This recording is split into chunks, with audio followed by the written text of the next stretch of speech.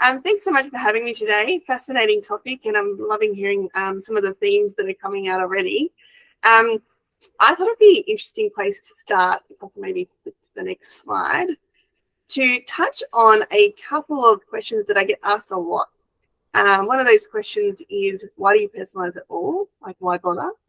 And also, when do you personalize? When will we be personalized?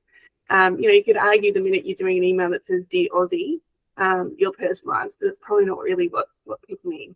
Amongst a couple of other things there, that's where I'll start today. So I wanted to share a little story about when I first started my job at Bupa.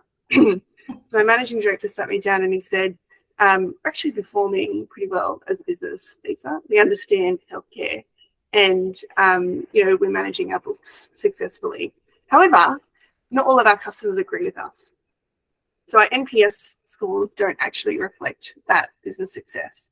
So unless we do something about that, it's a pretty short-lived strategy, isn't it? But please go fix that for me. And there's obviously a number of strategies that need to be implemented to address a problem like that.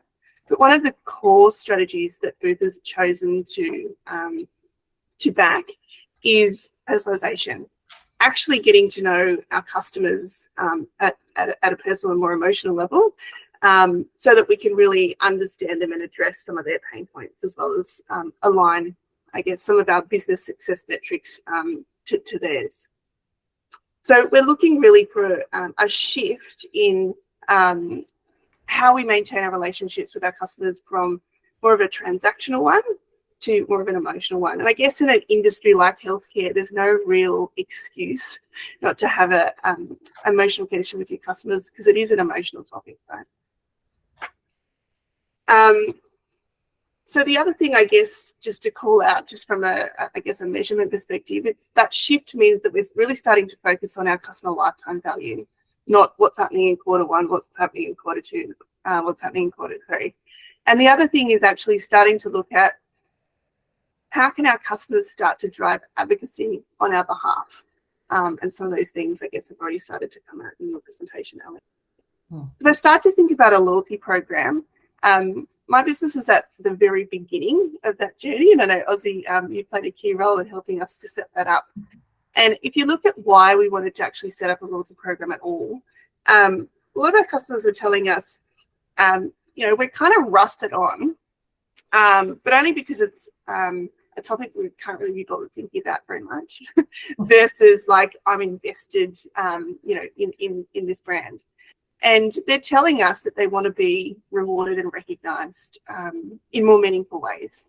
Problem is, that means something different to everybody. So how I might like to be rewarded might be different to Alex, might be different to Bobby.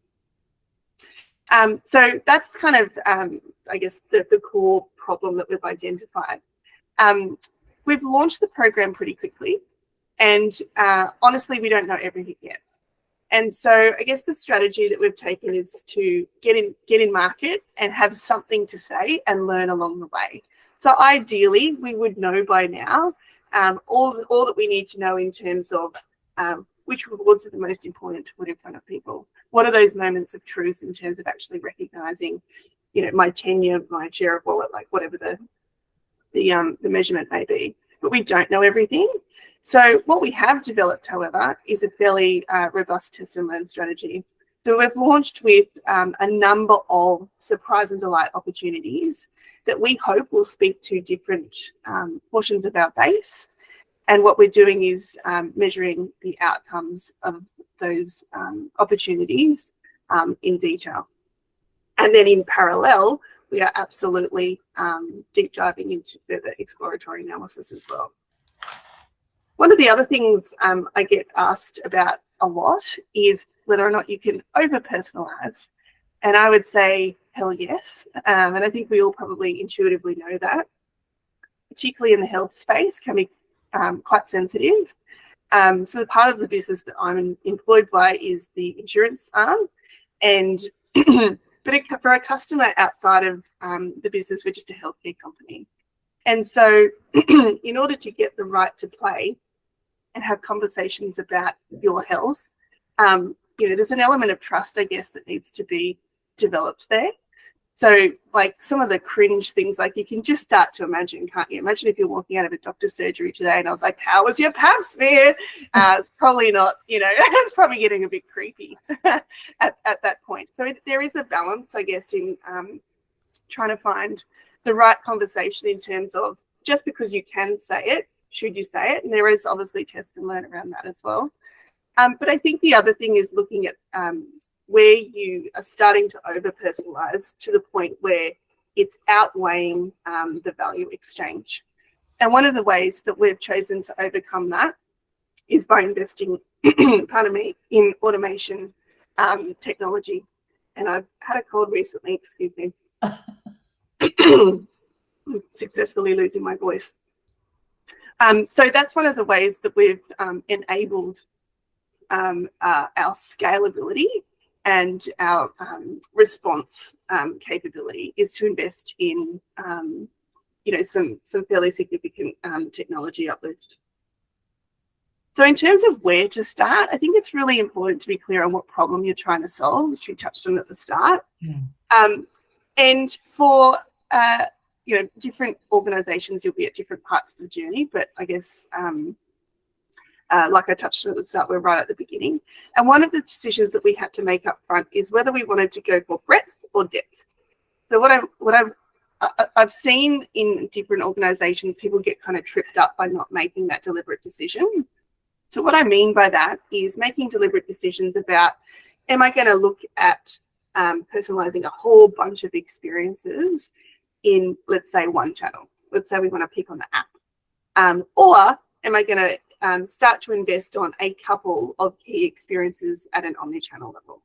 And so just making some really key deliberate decisions around those kinds of dimensions means that you can rally and guide a larger group of people around a big cause.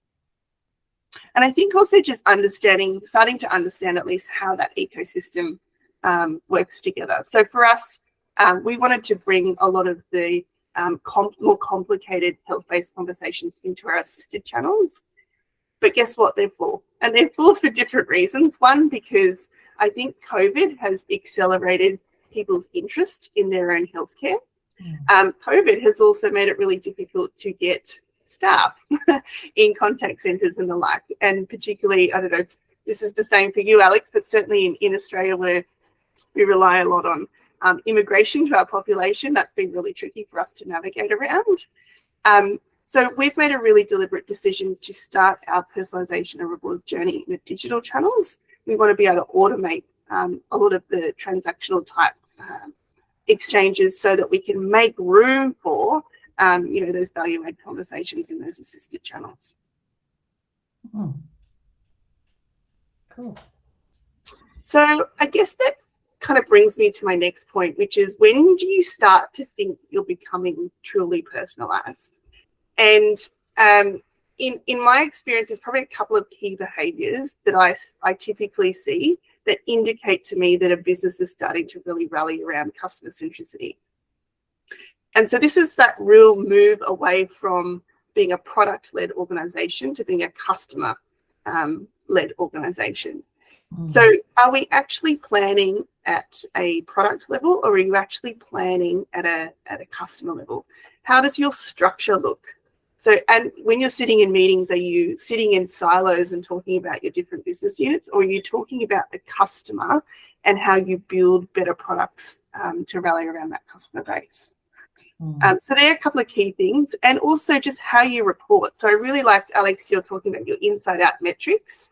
So I think it's dangerous to move away from reporting on how your successful product lines are performing, but complement that with what does that mean from a customer perspective? So what does my share of wallet start to look like? What does my household makeup start to look like? Who are the influencers in my relationships that are making decisions about whether or not I purchase a particular product? So there's some of the things I think start to fall out. Also, just in terms of, I guess, what we start to measure, the frequency in which your customers are, I hasten to use the word tolerate, but enjoying your business exchange. So So my business, we had the global director of Uber come and speak to us last week. And the one thing that she just kept ramming home was you have to have reasons for people to come to you. And so not every exchange needs to land in a conversion. And so Komo Bank talk about this a lot as well. So their whole bank is on an app. But it doesn't mean that every time someone comes to the app, let's say that they're trying to do something with their account or make a purchase. They're trying to generate content to drive customers to that location so that when they get there, there are opportunities to engage and opportunities to build a relationship. And simple things might be, for example, identifying where you're eligible for, say, a government kickback on something.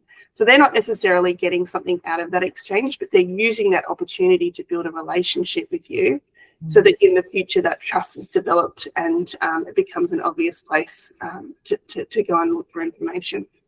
Yeah. The other thing that we spend a lot of time talking about in our business is how can we listen better rather than push. So that's why I've included on that slide there the push, listen, push and the 5-to-1 rule. So what I mean by that is, are you constantly giving information to your customers, or are you also listening to what they're saying? So for example, in my previous business, which was a gas and electricity business, one of the things we used to do was a welcome call. And on that welcome call, we stripped back all of the cross-sell, all of the, hey, we've got a loyalty program, everything from the start of that exchange, and just started to simply ask people how they are, if there's anything else we can help them with today.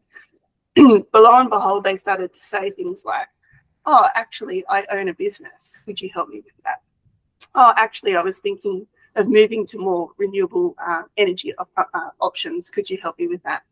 And by almost shutting up and listening and creating opportunities to capture that information, get that information to the right decision makers in the business, we were able to start to reflect some of that feedback in our personalization opportunities, in the way that we reward our customers, and to have more meaningful conversations. Awesome. And then the 5-to-1 rule is the other one we spend a lot of time talking about. And you hear a lot about this in change management programs, and the number of I guess, negative exchanges that a customer can typically tolerate compared with a positive exchange. And it's a 5-to-1 ratio, like typically. So, and I think a lot of people are surprised by that. And if you sit back and you think about, am I actually delivering 5 amazing conversations or interesting or exciting conversations for every sales message I want to push, or for every negative apology that I need to make? That can be a confronting statistics is something that's interesting to think about. Okay. So I probably rambled on quite a bit. I probably won't cover up a lot of the the measurement statistics. I think it's a lot similar to what you've already heard about today. But if I could talk on my key takeaways, it's really around making sure that you're rewarding the right customers and the right behaviors. And you can only do that by really getting to know your base. The other thing I would touch on is personalize to stand out. Don't do it just for the sake of it. You want, like, so in my business, a lot of the healthcare companies are really focused on value. Cost of living is something that's really top of mind for people at the moment, but everyone's addressing that. And so it becomes almost a hygiene.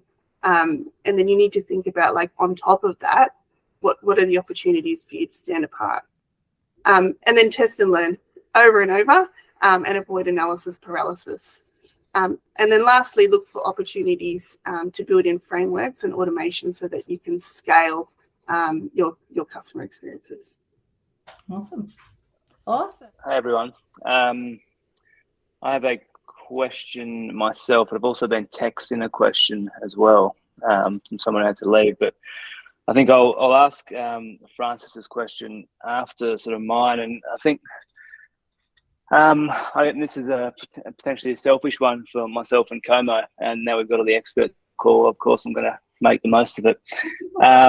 So obviously, we've been taking a pretty deep look into loyalty over the past few months, and what we have found is that a lot of loyalty programs are missing what we feel is a big a key function, and that's what we're calling sort of true engagement. So that could be, and we've touched on it a couple of times throughout this session, is it's around value adding personalized content, might be interactive content, gamification, competitions, etc., which all can be linked to rewards, but all about connecting and amplifying people's passion points, adding true value for the customer, and building that trust and relationship. So I'd really love to hear from all of you, some of you, one of you, on your thoughts on what role that, like what we're calling true engagement, fits into loyalty programs. And do you, I guess, think that maybe either your own or others could be lacking or could be improved into that true engagement side of things? I can pick that one up first. So within my program Nectar, a lot of the activity that we undertake with customers is single-mindedly to drive sales. However, what we also try to do is blend that more transactional set of activity with some more engaging activity. So within the Nectar app, we've got all sorts of little fun, sticky mechanics that help us just to engage with customers in between the big spikes of activity. So we regularly undertake data playbacks. So once a year, we tell customers what their top products across the year have been, and whether you've been the top buyer of Toblerone in the Tunbridge Wells Sainsbury's, which gets really great engagement and shares on social media. We also do little gamification pieces of activity to drive alternative types of behaviour. So the Sainsbury's brand promise is helping everyone eat better. So a couple of times a year we do what we call the Great Big Fruit and Veg Challenge, which is challenging customers to fill up their baskets with more fresh produce, so fruit and veg, as the name suggests, and we reward them as part of the loyalty program for doing so. So you get rewarded for putting a red pepper or some tomatoes in your shopping basket, or buying more fresh veg than you would normally. So actually mixing those little engaging mechanics with the more here's an offer to get a discount on a particular product or some points on a particular product is really crucial for that ongoing engagement with the program, and therefore you can use that as the anchor to drive the kind of more transactional behavior that you want from customers. Funny, I got an email from Qantas yesterday saying that I was in the top 10 flyers as far as miles achieved over the last 3 months or 6 months or something like that. And to me, that was like, oh, yeah, just like a little, oh. And my wife's sitting there going, yeah, it's probably not something to be proud of. Maybe you should stay home for longer. But no, I love it. And I think, Lisa, you said something along the lines of not every touch point needs to be lead to a direct sale, which I think is sort of in line with what I love your question, because you'd think in a business like or a industry like health that it would be easy, right? It feels win-win. It's good for our book if people claim less, that means they're healthier. It's good for them if they're healthier. But interestingly, Australians, if you look at the globe and how people tend to respond to their health, we're shit. We tend to get to age 65, drop off a cliff and go, oh, what happened? All of a sudden I'm unhealthy. If you look at other countries, typically across the board, people are better at proactively managing their health. And so one of the things we're really focused on is how can we get that message across? I think COVID's probably helped. It's helped to give that a bit of a kickstart and a bit of focus. So it's helped, pivot the attention a little bit more to this conversation. But I mean, I'm just back from a study tour in the States, and talk about the need to reward the right behavior in the area of health. Like, you can imagine if you're somebody that suffers from, say, a chronic disease, and the system over there is a lot more complicated, population's bigger, blah, blah, blah. But every time I go to the doctor, I get a new script, and then I've got a claim, and then there's a reason why, you're not going to make, the payment. And like, can you imagine your whole life with living with some chronic illness, which doesn't have to be, unmanageable, like diabetes, for example, but like just exhausting. And so actually giving, our customers a bit of a boost to say, you're doing the right thing. And then when they fall off the wagon and maybe they are exhausted and they're not going to appointments, actually starting to reach out and say, being more of a coach in that area, and how can we play a role to help you manage your health for you as much as for us, but for the benefit of yourself. And I think you can start with really small things. Like I was reading the draft of an email the other day, and I love, Shirley, that you touched on the need for technology. And this is, my space. So I love that you mentioned that. But you can get very lost in the nuts and bolts and how things work and actually forget to show up in the right way for your customers. So the email was something like, we can see you're going to hospital. Here's how you can claim. Would you like to, we're so mechanical. And I'm like, can't we just send them like a virtual bunch of flowers and say, I hope you're feeling better? And maybe start there. Yeah. And so it's kind of building more of that two-way exchange and like being a bit human about, how to go about building that relationship from my perspective. That's huge. I love the bunch of flowers thing. And from our perspective, it's send them while they're waiting in the waiting room, send them a quick game to play. Something like fun that. while they're waiting to take their mind off exactly. what's coming next. I might steal that game idea. I like that. I might supply you with that game. Can I ask you a question, Alex? You know how you mentioned that you're bringing in some of the gamified experiences to the shopping mission. When do you plan that? Is that part of your planning cycle at the beginning of the quarter, or have you thought out that year and said we're going to do this? At what point do you plan that would be an activity, or is it more tactical? We've got a number of set plays, so kind of things that we do within the marketing calendar that are pretty regular.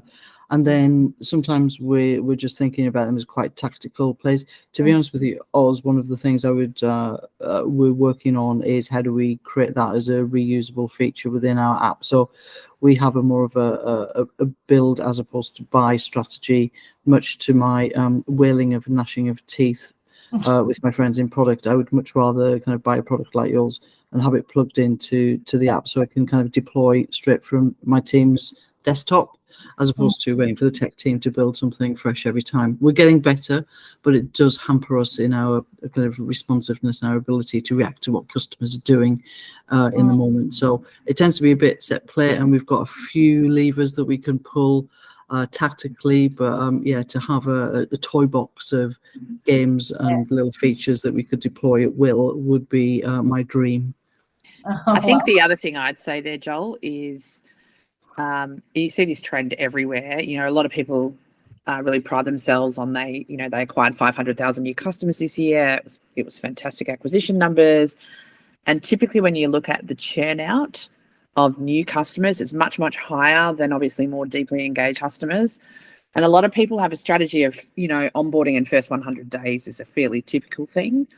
We tend to look at the first year with the brand, and that's actually a much more focused level on engagement, awareness, not just all about driving the next shop or the next transaction.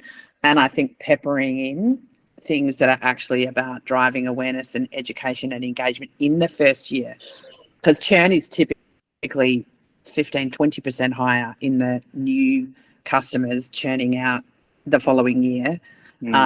Which has a massive impact on the business case, because if you're getting 500,000, it's great, but then the following year only 60% of those stay with you, or whatever the number is.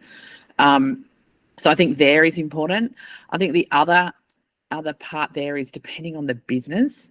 So if retail's different because it's fast, it's moving, and there's always something to try and have a conversation about. But if you are a telco and you've actually just bought a phone or whatever it's going to be, your next transaction is some ways away. So how do you utilize these types of things to keep engagement up with a relevant conversation and not always feeling like it's a sell? So I think there's a couple of parts there. And the third one, which I think is interesting that none of us have really talked about today, but if you take, say, a banking client, you're going to have customers in your life cycle that have previously been really high value.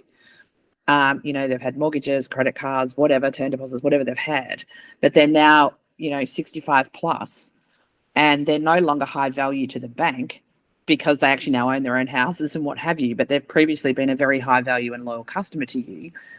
The problem is you can't afford to actually give away offers, etc., to them as much because you're not going to make money from those transactions. But our focus in those is often creating a group that we know they were previously high value and they're very high tenure. And the focus there is more about engagement and recognition of the call center, as an example, of being high value, because we can't really sell them anymore. And they're not, even if we try and do an offer, we won't make money from it. But they are our previous high value, and they have a very high intergenerational opportunity with their families and their kids about recommending the bank, as an example. Advocacy, Julie, MPS and advocacy would play a role there to those customers. Well, yeah, but you can't afford to give away too much to those customers because they're not going to make you any more money, but they are still very important to be recognised. So I think those sorts of engagement type activities and what have you are powerful use cases there. I fill the gaps. Yeah, I mean, it feels like a lot of it all comes down to building trust, building relationships, and if you can, and adding value. And if you can do those three things, then the commercial returns that you're looking for will come. It's like build it and they will come type situation. But you build that trust, the relationship, and keep adding value and doing that in a personalized way, then that's the mecca, I guess. Yeah, and I think then actually proving that, that whatever it might be, a message or a cross-sell message coupled with an engagement message actually drives more value than just doing a cross-sell and a frequency without an engagement piece, and being able to track that to actually demonstrate that's incrementally better anyway. I do have this one question from Francis. So his question was, how do we believe personalisation connects into customers' passions and brand sponsorship deals? So Francis, being from Havas Media, lots in sports sponsorship, etc. He's the Chief Marketing and Content Officer there. So I can understand where his question is coming from. But anyone want to touch on any, I guess, history and brand sponsorships and loyalty? Well, I mean, I can talk. yeah, you go. There you go. Lisa can talk to Paralympics. Yeah, we've just started sponsoring the Carlton Football Club, and I think, that was a fairly easy decision. You live in Melbourne, you sponsor an AFL team. Tick, you've won kind of half the population, really. But no, I think actually, Ozzy, you've touched on the Paralympics, and I mean, I guess that's a really good example. But one of the things we're spending a lot of time talking about as a business at the moment is just kind of that whole social responsibility. And so, we want to be able to pick things where we're demonstrating that we actually care, because it's in our ethos, right? Particularly being a healthcare company. And whether or not people are interested in that particular cause is almost irrelevant, because we see evidence to say that people are interested in engaging with a brand because they have, good morality, a good moral compass, basically. I think there's a really good example of, if you look at people's Twitter handles and the different logos that they use, I think as a country, we really over-index in environmental. And so just starting to pick up on what different interest areas are and how do you then reflect that, not just in your sponsorship deals, but also in your partnerships in terms of who you choose to do business with. I think it's really critical. Beautiful. Thank you. That was fantastic. Jules, I guess you want to add to that? Look, I guess because, Ozzy, you could add just as much here. We've both worked in telcos where passion points was a huge part of the loyalty strategy. Yeah, there too. Yeah, so, both of us have worked in telcos where movies, music and sport were extreme components of the loyalty strategy, and that was really tapping into passion points. I think where it becomes really interesting is, if we take sport as an example, is people are, Lisa mentioned Carlton, people are extremely passionate about their sports. But what's interesting for the sport is, and for the brands and sponsorships, is a lot of people will sponsor a sporting event. What they want to get out of it is obviously trying to influence or drive awareness to the customers that are in that zone. Is how you can come up with a much more data-driven or data-led strategy where you're really understanding almost like the fan ID, the type of ways people are consuming their passion points, and then being able to come up with almost like a data exchange type of opportunity where you can intermingle, you know, who are the brand's customers and not the sporting customers, who are the sporting customers, not the brand customers. And I've worked on a few big plays there before, and they're extremely powerful. Obviously, it's all got to be in a privacy compliant way, but there is definitely ways to bring the communities together to derive much better commercial outcomes from their sponsorships, because a lot of the sponsorships, people don't necessarily have a brand awareness issue. What they really want to do is try and build a relationship with those customers, but whoever the customer is signed up to is owned by that group, but they want to try and influence. So if you take a lot of telcos and media companies, they spend all this money on digital rights deals and all these sorts of areas that they build, but quite often the value is right in with the data and working out what the data-led strategy is to support that. But I've seen it happen several times, and it's extremely powerful. It's complicated though, because there's lots of stakeholders involved with that. But I think it's extremely powerful. I think just just one last thing in terms of because obviously McDonald's sponsors FIFA as well. So I think it's going back to Julie's point about negotiating and making sure that you really because obviously FIFA is extremely expensive, being able to negotiate financially what you can get off it, and the stream of how you can basically milk the profit from it. So we did a lot of delivery messages was where we wanted to push with sponsorship. So it's about, do you have a really strong hook with linking yourself with that sponsorship as well? Yeah, and I think the win-win there is if the nucleus of the strategy is fan engagement, correct, and that has a broader outcome, and fan engagement benefits multi-stakeholders. So it's actually then putting that, it's not necessarily about who the sponsor is or who's the owner of the rights or the sporting content. It's actually what's the fan engagement we can co-create together, and what's the better together strategy that's commercially viable between that. It comes back to the same thing that we were just saying before. It's if you put the fan first, then everyone else will benefit from it. And Shirley, we've done a number of different campaigns with Maccas, as we call it here in Australia. Yes. Through Fox Sports and their sponsorship of or your sponsorship of Cricket Australia. And another one which comes to mind is, and they've just signed a new multi-year renewal with us, is QBE. And they're not necessarily a brand that you'd want to or think about engaging with at a sports game. They sponsor the Sydney Swans and the Sydney Swifts. But they utilise the Komo platform to amplify their messaging in stadium, connect with the fans about the Swans, the Swifts. But it's a big data play, right? So they're getting a good percentage of the fans in stadium engaging with the brand. The brand recall rates are going to be higher. Brand affinity is going to be better. They're getting first-party data. They're enriching it with zero-party data all through a 1 or 2 minute halftime activation, for example. So I think that's a big role with our platform and gamification in general, is how do you connect with people's passions when you wouldn't necessarily have the ability to do that through a brand like a QBE.